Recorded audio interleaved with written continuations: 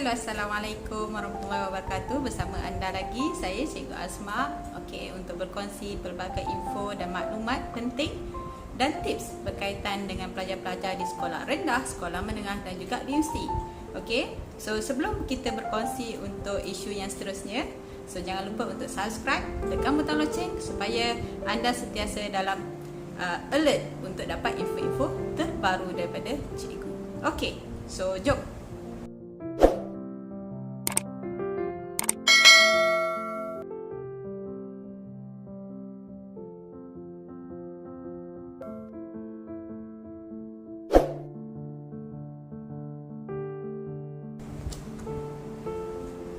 Your next big thing.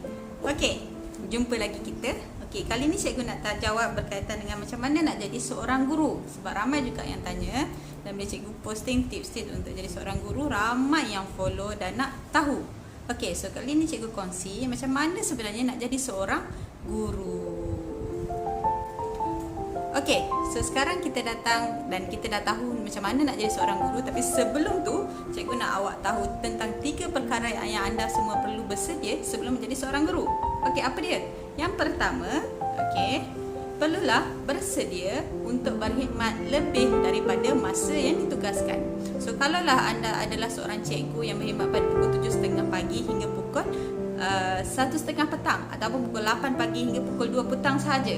So mungkin masa anda diperlukan juga pada pukul 5 petang, mungkin pada pukul 8 malam. Tambah kalau suka SPP ataupun MRSM, so of course lah memang diperlukan lebih daripada masa-masa tersebut. So pastikan anda bersedia. Yang kedua, anda perlu bersedia adalah dari segi pengorbanan masa dan tenaga. So kalau kita rasa macam alamak, kenapa masa ni untuk aku nak rehat, contohnya pukul 3 petang hingga 5 petang nak kena rehat, so mungkin kadang-kadang waktu tu ada kelas tuition atau kelas tambahan yang cikgu-cikgu kena buat. So bila nak jadi cikgu, kena bersedia daripada aspek itu. Dan yang ketiga, okey, perlulah bersedia untuk menyumbangkan sumber kewangan juga. Sebab apa? Sebab kadang-kadang sekolah kekurangan dana untuk membangunkan pelajar, sama ada nak bawa pelajar pergi pertandingan ataupun dari segi aspek apa-apa pun jenis sukan, selalunya kekangan daripada aspek yang tu. So kadang-kadang cikgu perlu keluarkan sumbangan kewangan. Tapi tak apa, sebab rezeki cikgu ni murah, insya-Allah takkan ada rasa tak cukup itu. Okey, so bila dah bersedia daripada 3 aspek ni, jom kita jadi cikgu. Okey, so sebelum tu cikgu nak ingatkan beberapa perkara. Bila anda nak jadi cikgu, okey, tadi kita kata apa 3 perkara yang perlu anda bersedia.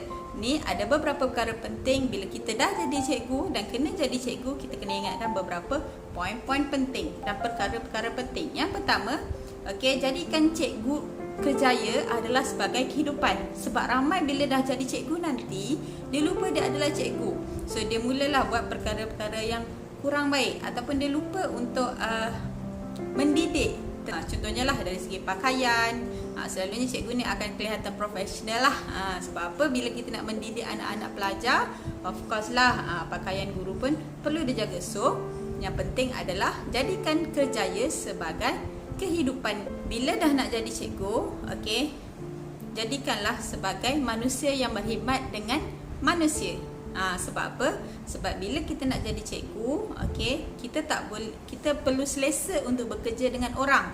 Dan kalau kita rasa tak selesa untuk bekerja dengan orang, kena hari-hari jumpa student, kena hari-hari bekerja program dengan pelajar dan guru-guru dan staf yang di sekolah, so macam mana? So akan efek yang banyak lah. So kalau rasa diri kita tu nak tahu ataupun tidak selesa bekerja dengan orang, buat ujian kerjaya. Ujian kerjaya nak pergi mana? Pergi jumpa kaunselor. So selalunya kod kerjaya untuk guru adalah S, social, suka dengan orang. E adalah enterprising, boleh mempengaruhi orang. Dan juga A, artistik, iaitu orang yang ada kreativiti dalam pendidikan. So tahu ataupun tidak? So kena tahu benda ni. Okey, yang ketiga, okey, bila cakap tentang nak jadi cikgu, so of course dari sekarang, kalau anda tengah form 1, form 2, form 3 ataupun sekarang anda tengah form 5, okey, so bagus bila tengah form 5 ni boleh pilih lah. Nanti besar aku nak jadi cikgu apa. Kalau anda seorang yang suka aktiviti sukan, so pilihlah untuk jadi guru sukan.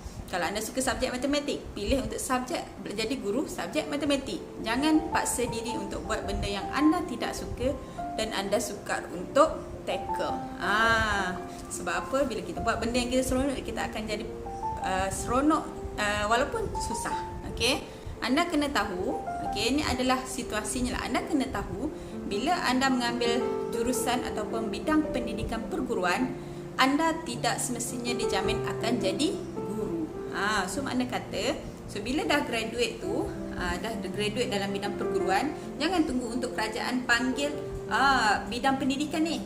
Jangan tunggu, tapi carilah peluang-peluang pekerjaan lain dulu sementara untuk tunggu panggilan pekerjaan sebagai guru. Sebab memang kita tak nafi ada lambakan guru-guru di Malaysia, memang ada. Okey, dan ada juga yang guru-guru yang dipanggil bekerja selepas 2 hingga 3 tahun. Even kawan saya dah habis sambung master, barulah dapat panggilan untuk menjadi guru. Tapi jangan pernah kecewa untuk jadi guru kalau diri anda dah ada passion itu. Jangan pernah putus asa untuk menjadi guru. So lepas ni cikgu nak share, okey, apa sebenarnya cara ataupun pilihan ataupun laluan untuk menjadi seorang guru. Boleh ke saya sambung bidang ni cikgu, ataupun saya kena ambil pendidikan sahaja baru boleh jadi cikgu? No. So ada 2 pilihan. Okey, yang pertama cikgu akan terangkan tentang pilihan untuk menjadi guru dengan pendidikan. Macam mana cikgu? Pendidikan ni. Okey, pendidikan ni adalah bila kita sambung laluan, kita ambil bidang dalam grade dalam kita punya ijazah adalah ijazah sarjana muda pendidikan ataupun panggilan ringkasnya adalah ISMP. Ni pendidikan Dan yang kedua adalah laluan bukan pendidikan. Macam mana? Kalau tak ada pendidikan pun boleh jadi cikgu? Yes, boleh sebenarnya. So jangan pernah putus asa. Jom kita dengar. Okey, bagi yang dengan laluan pendidikan dulu, cikgu akan terangkan. So kalau dengan pendidikan, laluan paling cepat, laluan paling mudah adalah bagi pelajar-pelajar lepasan SPM adalah dengan menyambung pengajian di Institut Pendidikan Guru. Maksudnya, so lepas SPM terus sambung ke IPG ataupun Institut Pendidikan Guru. Kalau dulu mak ayah kita akan panggil maktab. Okey, dah selesai daripada Institut Pendidikan Guru selama berapa tahun? 5 tahun. Okey, dah habis 5 tahun, terus boleh mohon untuk jadi guru. Kalau dulu di maktab kita offer untuk bidang untuk menjadi guru di sekolah menengah. Okey, sekarang ni di bila nak jadi guru, keluaran maktab ataupun IPG adalah guru di sekolah rendah. Tapi boleh jadi berubah lagi. So jangan keliru, jangan takut yang tu. Okey. Tapi jangan ada pula yang tanya kan, cikgu, gaji guru sekolah rendah dengan sekolah menengah berbeza ke? Kalau sekolah rendah ni gaji sikit cikgu. Tak, bukan, sama je sebenarnya. Tambah kalau dengan grade kerajaan memang sama, kecuali swasta tu mungkin berbeza ikut tempat. Even sekolah rendah di sekolah swasta, sekolah antarabangsa pun gaji dia lebih tinggi daripada sekolah menengah. Okey, so cara yang kedua adalah dengan cara yang sekiranya result macam tadi IPG kena result 7A ke atas biasanya baru dapat masuk IPG. Sebab bukan senang, even nak kena lalui interview dan proses-proses yang lain, pemilihan yang lain. Sebab bila masuk IPG akan dapat tajaan terus. Even kerja pun lebih mudah terjamin lah. Yang tu kalau daripada IPG. Okey, sebab itulah dia ambil pelajar-pelajar yang cemerlang. Tapi macam kalau yang kedua ni adalah proses kalau macam confuse ataupun result tak melayakkan diri untuk dapat IPG. Okey, confuse nak jadi cikgu ke tak kan. So nak sambung kat lain dulu, nak tengok sesuai ke tak. Jiwa tiba-tiba nak tak nak kan.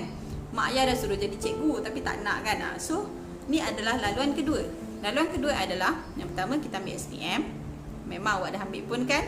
Okey, yang kedua bagi pelajar-pelajar lepasan tingkatan 6. Lepas SPM dia akan sambung, mungkin boleh sambung di tingkatan 6. Tingkatan 6 ni tak ada dua Ada tingkatan 6 bagi bidang sastra ataupun bidang sains boleh sambung STPM.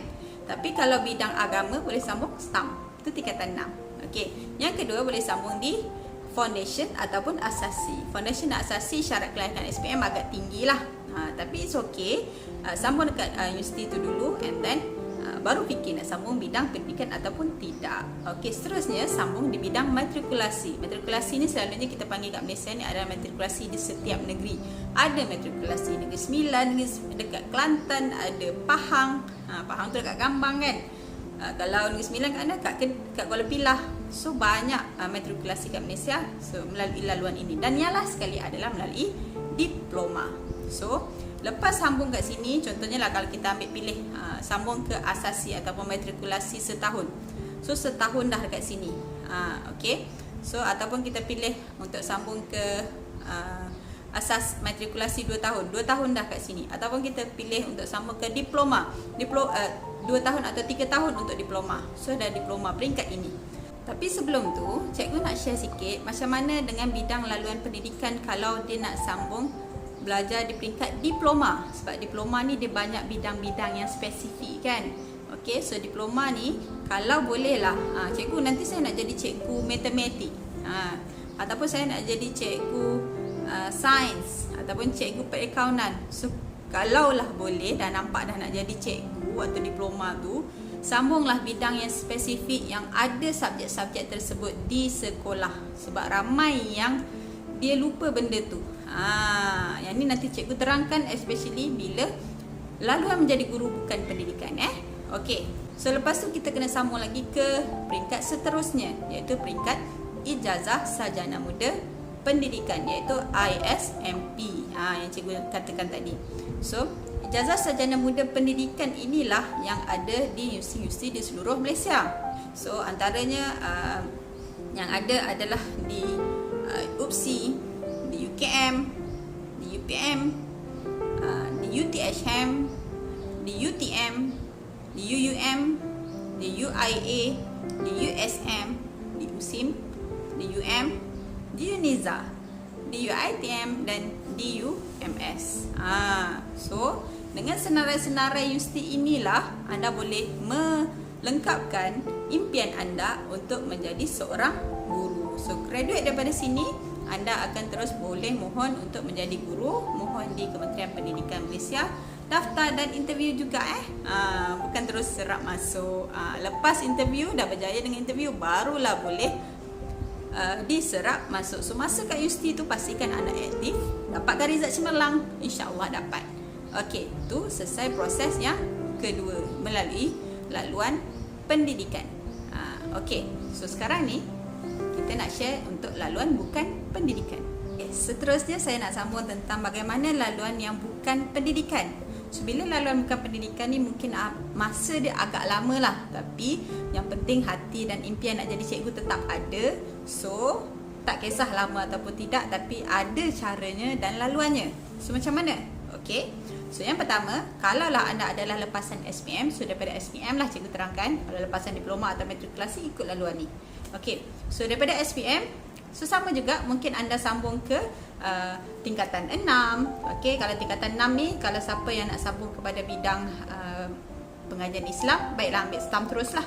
Kalau bidang sains dan sastra macam tadi lah saya dah kata, okey, ambil STP. So tingkatan 6. Yang kedua mungkin sambung ke asasi ataupun foundation, mungkin juga sambung ke matrikulasi, dan last sekali kepada bidang diploma. Tapi cakap tentang bidang diploma ni, saya memang cadangkanlah, okey, kalau nak sambung ke bidang diploma, sambunglah bidang yang selari dengan subjek yang di-offer di sekolah. Tu selesai. Okay, dah habis sambung bidang ni, and then sambung ke peringkat ijazah. Kalau macam tadi ijazah kita adalah ijazah sarjana muda pendidikan. Tapi kali ni yang bukan laluan pendidikan ni, ijazah sarjana muda dia tak ada pendidikan. Contohnya ijazah sarjana muda kaunseling, ijazah sarjana muda perakaunan, ijazah sarjana muda matematik. So bukan pendidikan. Tapi cikgu nak suggest ataupun cadangkanlah, sebab ramai yang tak ambil benda ni. So kalau nak juga jadi cikgu, kalau boleh masa ijazah ni jangan sambung bidang yang terlalu mencapah. So tak direct dengan subjek di peringkat sekolah. Contohnya kalau nak sambung ijazah sarjana muda finance, kewangan, ataupun ijazah sarjana muda banking. So banking ni nak mengajar subjek apa dekat sekolah? Matematik memang boleh, memang dia belajar, tapi dia tak direct kepakaran dalam bidang itu. So selalunya agak payah untuk nak dapat mengajar. Okey, tapi boleh juga sebenarnya. Okey, nanti cikgu terangkan. So kalau boleh ijazah sarjana muda ni sambunglah dalam bidang yang direct dengan subjek-subjek yang di-offer di sekolah. Contohnya sains komputer ataupun ijazah sarjana muda perakaunan, ijazah sarjana muda apa lagi yang berkait dengan subjek-subjek yang ada di sekolah. Selesai ijazah sarjana muda, so barulah anda boleh memohon untuk jadi guru. Tapi kalau nak bekerja sebagai guru di sekolah-sekolah kementerian, sekolah-sekolah di bawah kerajaan, so pastikan ada satu lagi laluan. Macam tadi dah sambung dah. Mungkin kalau sambung tingkatan 6 setahun setengah, sambung di peringkat asasi setahun, yang sambung di peringkat matrikulasi 1 atau 2 tahun, yang sambung di peringkat diploma 2 atau 3 tahun. So ni dah ada dah tempoh. Okey, lepas tu pergi pula pada tempoh ijazah tadi kan. Ijazah ni pun dah 4 tahun. Dah dekat, kalau diploma 3 tahun ni dah 7 tahun. Dah 7 tahun tambah lagi dengan lagi 1. Sebab apa? Sebab nak mengajar jadi cikgu juga anda diwajibkan untuk ambil diploma pendidikan. Okey, cakap pasal diploma pendidikan. Okey, diploma pendidikan ni boleh ambil sambil bekerja. Ada setengah tempat dia taja anda untuk sambung dalam bidang diploma pendidikan. Macam kalau contohnya di MRSM, ada setengah guru-guru ni adalah bukan graduan pendidikan, tapi boleh jadi cikgu, tapi dia kena ambil diploma pendidikan yang MARA taja. Itu kelebihan lah, kelebihan guru-guru yang terpilih di bawah MARA. MARA tetap hantar untuk diploma pendidikan. So semua pensyarah-pensyarah dan guru yang bekerja di bawah MARA ada diploma pendidikan ataupun ijazah sarjana muda pendidikan. Itu yang hebatnya MARA sikit lah, naik sikit kan. Okey, tapi even kat mana sekalipun, kalau nak bekerja dengan kementerian, so dengan kerajaan, so kena ada diploma pendidikan. Lepas diploma pendidikan sambil bekerja pun tak ada masalah. Macam sekolah swasta Al-Amin, tak silap masa tu pun hantar untuk guru-guru dia ambil diploma pendidikan. So ditaja oleh Al-Amin Group. So banyak lagi sebenarnya organisasi yang kerja dulu jadi cikgu and then dia taja untuk sambung belajar dalam diploma pendidikan. Okey, selesai diploma pendidikan and then barulah anda boleh mohon untuk tetap menjadi guru. Kalau tak, hanya guru sambilan ataupun guru ganti ataupun guru tak tetap lah, macam tu, kontrak macam tu. Okey, so macam mana pula kalau macam kes-kes yang nak jadi guru tapi dia dah bekerja di tempat lain dulu. Okey, nak jadi guru tapi dah bekerja di tempat lain. Contohlah, okey, dah selesai semua. Okey, dia dah jadi lawyer ataupun dia dah jadi engineer, tapi dia minat nak jadi guru. Boleh ke ataupun tidak? Boleh. Selalunya macam ni, syarat dia memang kena ambil, kalau nak kerja kerajaan memang kena ambil diploma pendidikan ataupun boleh minta bekerja di sekolah-sekolah swasta. Sekolah swasta selalunya dia tak wajibkan sangatlah. Sekolah swasta, sekolah antarabangsa, dia tak wajibkan sangat untuk ada diploma pendidikan ataupun ijazah sarjana muda pendidikan. So boleh jadi cikgu. Dan awak kena tahu, maksud cikgu kat sini adalah bukan termasuk di peringkat pengajian tinggi. Cikgu masukkan adalah guru di sekolah rendah dan juga guru di sekolah menengah. Okey, so dan ada orang juga laluan lain ni lah, yang paling lain ni special case. Ada juga yang kes menjadi cikgu. Okey, dia tak ambil pun bidang-bidang yang subjek matematik, dia ambil bidang muamalat, yang tak direct untuk bidang yang ada di sekolah, tapi dia nak jadi cikgu. So dia mohon untuk mengajar di sekolah rendah swasta ataupun sekolah menengah swasta, and then dia dah bekerja selama dalam lebih kurang 5 tahun lah. Selalunya 5 tahun baru valid lah, mengajar subjek bahasa Melayu. Dia adalah matematik kan, kewangan macam tu kan, dia mengajar subjek bahasa Melayu. Dan selalunya okay, bila dia dah mengajar, ada pengalaman, selalunya dia ni diberikan kelebihan.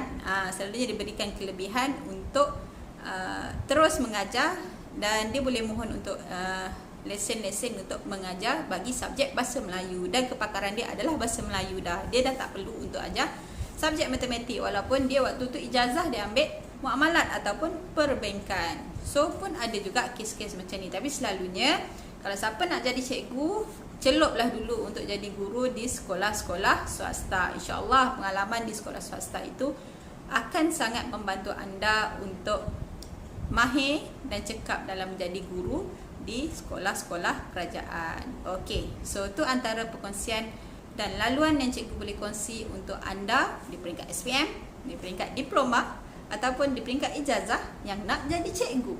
Okey, so tu saja perkongsian dari cikgu. Okey, teruskan subscribe dan share dengan kawan-kawan yang mana memang nak sangat untuk jadi cikgu. Okey, so kalau nak tanya tentang gaji seorang guru, okey, gaji guru memang tak terlalu banyak, tapi kenaikan dia memang tetap selalunya. And then yang paling best sekali adalah jadi cikgu. Dia ada ramai sangat anak murid yang mendoakan dia, dan selalunya doa guru-guru ini yang ikhlas, mudah makbul. InsyaAllah kita sama-sama doakan. Assalamualaikum.